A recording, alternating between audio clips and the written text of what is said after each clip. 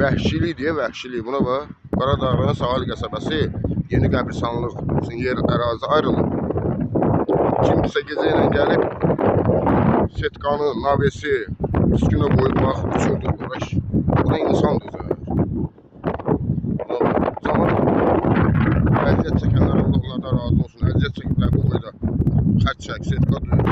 Millət üçün ediblər də, cəmaat üçün ediblər. Bunu kimsə gəlib gecə ilə kəsib halkaların bura baxın bir dənə.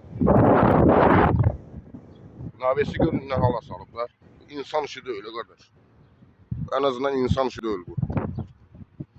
Buna bax. Təzə qəbirstanlıqdır. Köhnə qəbirstanlıq bərdə qalır. Yer olmadığına görə yeni ərazi ayrılmış. Yeni qəbirstanlıq.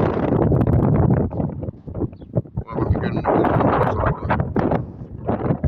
Bunu gecə ilə kimsə gəlib kəsib.